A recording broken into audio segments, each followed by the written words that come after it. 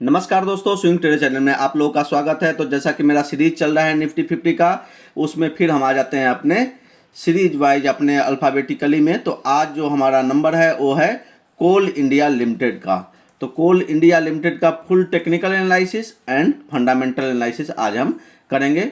तो वीडियो में लास्ट तक बने रहिए, एक एक करके मैं सारे टाइम फ्रेम पर आपको बताते रहूँगा कि क्या हुआ था, कि कैसे बॉटम फिशिंग करते हैं हम। बॉटम में अगर लॉन्ग टर्म के लिए भी स्टॉक लेना है तब उसे बॉटम में कैसे बाइंग करें, ये सब चीज़ भी आपके साथ मैं डिस्कस करूंगा। तो जब तक आप पूरा वीडियो देखिएगा तभी आपको फुल्ली समझ में आएगा कि हम क्या बताना चाह रहे हैं और कैसे आप बिना किसी के हेल्प से खुद अपने आप कैसे लॉन्ग टर्म के लिए स्टॉक चूज कर सकते हैं। और जिन लोगों को मैंने ये वीडियो तो उस समय मैं बना नहीं रहा था जब मैंने कोल इंडिया का ट्रेड लिया था, लेकिन मैं उनको ज़रूर बताया था कि हाँ, इसमें कोल इंडिया में बाइंग करनी है। हमने भी बाइंग की थी। अभी मेरे पास कोल इंडिया नहीं है, ये मेरा एक डिस्क्लेमर आप रख लीजिए कि मेरे पास अभी कोल इंडिया का कोई भी स्टॉक हमारे पास नहीं है। तो चलिए अब हम बात कर लेते हैं कि कोल इंडिया नहीं है, लेकिन हमने इस पे कहाँ पे बाइंग की थी, कहाँ पे बाइंग करनी चाहिए थी और एग्जैक्ट हम लोगों ने कहाँ पे बाइंग की थी। जो लोग को भी मैंने बताया था वो वीडियो के कमेंट बॉक्स में ज़रूर लिखिएगा कि हाँ, मैं कि सेम जगह पे हमने बाइंग की थी या नहीं की थी, है ना। कम से कम 5-6 लोग हैं हमारे जानकार में जिनको मैंने बताया था और उन्होंने ट्रेड भी लिया था। छोटी क्वांटिटी में ही लिया था लेकिन ट्रेड लिया था। तो चलिए दोस्तों, ये मंथली कैंडलस्टिक चार्ट है और इसमें आप देखेंगे कि यहाँ पे टॉप बना था 447 के आसपास, 450 के आसपास इसका टॉप बना था। उसके बाद देखेंगे तो लगातार स्टॉक में आपको एक बड़ा फॉल देखने को मिला। कंटिन्यूअस आप देखेंगे जब भी तो इसमें फॉल देखने को मिला था, कहीं भी कोई भी हाई नहीं कट रहा था। जब भी फॉल हो रहा था उसका प्रीवियस हाई कहीं भी आपको कटता हुआ नहीं दिख रहा था। आप देख सकते हैं चैनल पे, यहाँ पे चार्ट पे आपको क्लियरली ये दिख रहा होगा। तो पहली बार ये हुआ यहाँ पे कि यहाँ पे क्या हुआ, एक कंसोलिडेशन स्टार्ट हुई थी और यहाँ पे अभी हम वॉल्यूम भी लगाएंगे। जब वीकली कैंडलस्टिक चार्ट लगाएंगे मैं एग्जैक्ट बताऊंगा कहाँ पे बाइंग किया था मैंने, वो वीकली कैंडलस्टिक चार्ट पे आपके साथ डिस्कस कर दूंगा मैं अभी। तो यहाँ पे क्या हुआ था कि एक आप देखें कि जिस तरह से फॉल हो रहा था ना, तो यहाँ पे एक रिवर्सल पैटर्न टाइप का स्टॉक यहाँ पे आकर के रुक सा गया था। वो जो लेवल था वो था लगभग 110 के आसपास नीचे का और ऊपर का जो लेवल था वो था 156 का। तो 150 का ऊपर का 100 मतलब 40 पॉइंट में स्टॉक आके रुक गया था और कंसोलिडेशन स्टार्ट हो गई थी।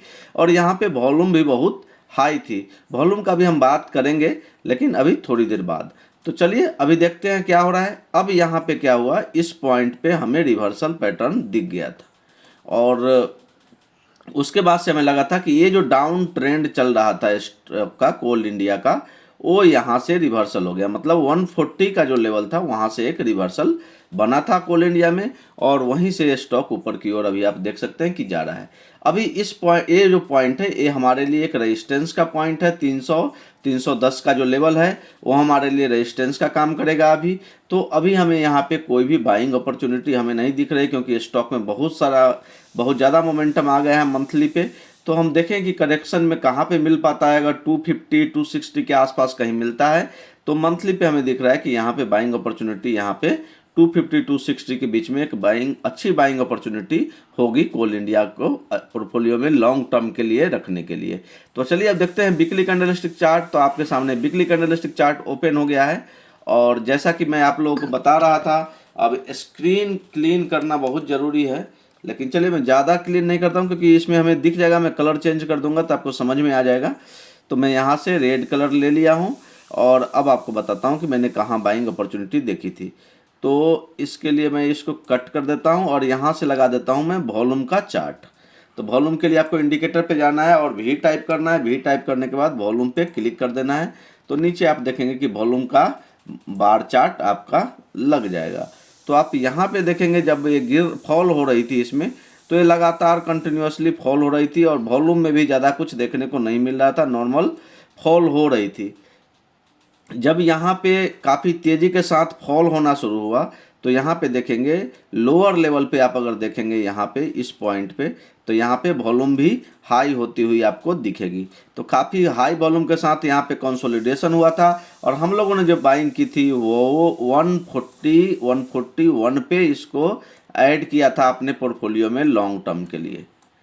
कितने पे? 141 पे। जो लोग भी ये इसमें प्रॉफिट बनाए हैं हमारे जानने वाले, ज़रूर कमेंट बॉक्स में लिखिएगा कि हाँ हम लोगों ने 141 पे इसको अपॉर्चुनिटी को ग्रैप्स किया था, इसमें बाइंग पोजीशन बनाई थी और उसके बाद से स्टॉक ऊपर क्यों गया। लेकिन इसमें क्या हो रहा था स्टार्टिंग में, जितना स्टॉक में अप मूव आता था, बार बार देखेंगे सारे जगह पे, जितना अप मूव आता था उतना ही यहाँ पे डाउन मूव आ जाता था।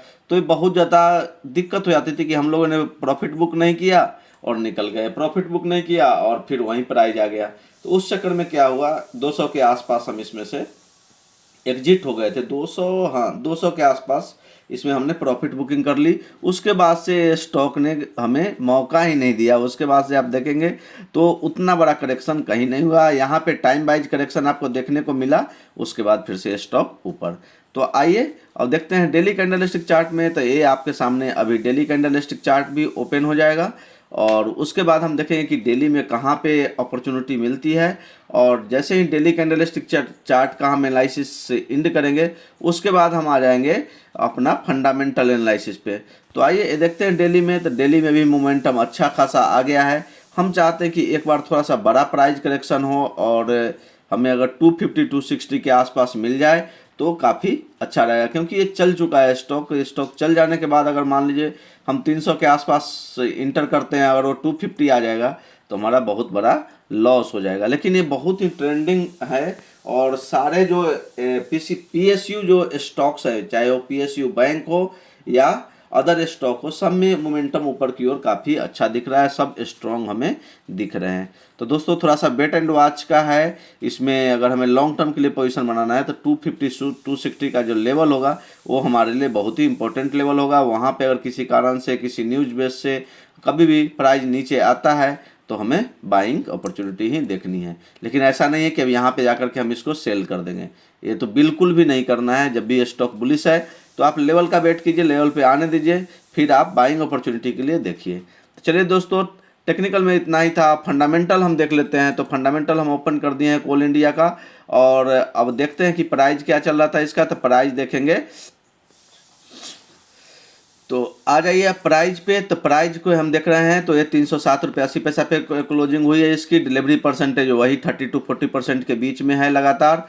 और टेक्निकल पे हम आते हैं तो टेक्निकल पे हम देखते हैं कि ये सारे टाइम फ्रेम पे आप 10 साल से लेकर के अभी तक का देखेंगे, सब में पॉजिटिव रिटर्न दिया है। लास्ट 2 ईयर्स में इसने लगभग 60% का पॉजिटिव रिटर्न दिया है और 10 ईयर्स में देखेंगे तो इन्वेस्टर का कुछ भी नहीं बना पाया है, मात्र 9% का रिटर्न बना करके जनरेट करके दिया है। अब इसमें अगर बुलिश पोजीशन बनी है, लोग इसको, बड़े लोग अगर इसको ऊपर ले जाना चाह रहे हैं और क्यों ऊपर जा रहा है, ये सब हम फंडामेंटल में जब शेयर होल्डिंग पैटर्न को चेक करेंगे तो हमें क्लियरली पता चल जाएगा। तो आइए देखते हैं फंडामेंटल इसका। तो सेक्टर जो है माइनिंग सेक्टर है, इंडस्ट्री जो है माइनिंग एंड मिनरल्स की है और प्राइस 307 रुपये 80 पैसे पे है। मार्केट कैप जो है 1,89,688 करोड़ की है। कैटेगरी लार्ज की कंपनी है, ये निफ्टी 50 का पार्ट है तो लार्ज कंपनी होना ही है इसको। अब आते हैं फाइनेंशियल इंडिकेटर पे। तो EPS जो है इसका 44.30 है, काफ़ी अच्छा अर्निंग ग्रोथ है। EPS अर्निंग पर शेयर बहुत अच्छा है। Price to earning ratio P ratio 6.95 है, बहुत ही कम है। और इंडस्ट्री का P देखेंगे तो 8.33 है, तो इंडस्ट्री की P से भी यह स्टॉक सस्ता है।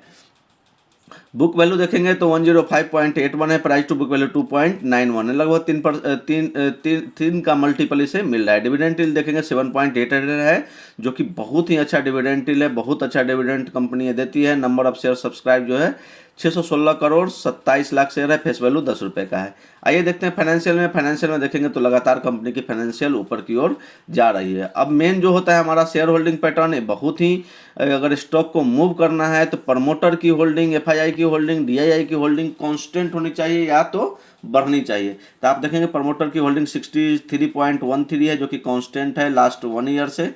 और पब्लिक की होल्डिंग देखेंगे तो पब्लिक की होल्डिंग थोड़ी सी इसमें बढ़ी है, लेकिन बहुत ज़्यादा नहीं, लगभग 3% के आसपास की होल्डिंग इसमें पब्लिक की बढ़ी है।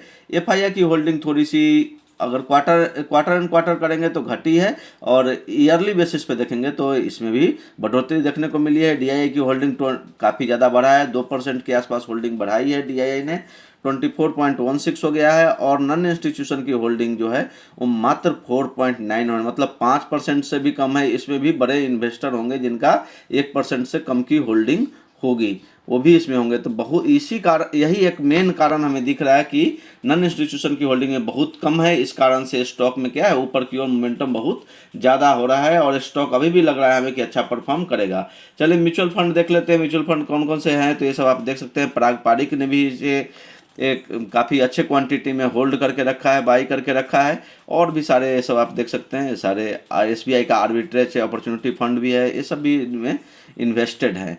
और चलिए ऑप्शन चेन देख लेते हैं, कहाँ पे सपोर्ट और रेजिस्टेंस बन रहा है। तो ये रेजिस्टेंस देखेंगे 300 रुपये का, अभी भी यहाँ पे कॉल राइटिंग का मैसिव कॉल राइटिंग हुआ है। तो 300 का लेवल से अभी ऊपर है प्राइस, लेकिन फिर भी कॉल राइटिंग अभी यहाँ पे ओपन इंटरेस्ट जो है वो कम नहीं हुआ है, बहुत ही हाई ओपन इंटरेस्ट है। तो 300 का अभी भी रेजिस्टेंस हमारे लिए काम करेगा। नीचे का लेवल अभी जो हमें दिख रहा है वो 290 तक आ सकता है स्टॉक, क्योंकि 290 पे मैसिव पुट राइटिंग किया गया है। तो 290 पे एक सपोर्ट का काम करेगा। तो चलिए दोस्तों, आज के लिए इतना ही। वीडियो को लाइक कीजिए, चैनल को सब्सक्राइब कीजिए, अपने फ्रेंड के साथ जरूर शेयर कीजिए। और ऐसे ही मैं नेक्स्ट अब जो कोल इंडिया के बाद कौन सा स्टॉक, जो भी स्टॉक आएगा अल्फ़ाबेटिकली, उसको मैं अब नेक्स्ट वीडियो में आपके साथ शेयर करूंगा। तो वीडियो को लाइक कीजिए, चैनल को सब्सक्राइब कीजिए, अपने फ्रेंड के साथ शेयर कीजिए। Thank you.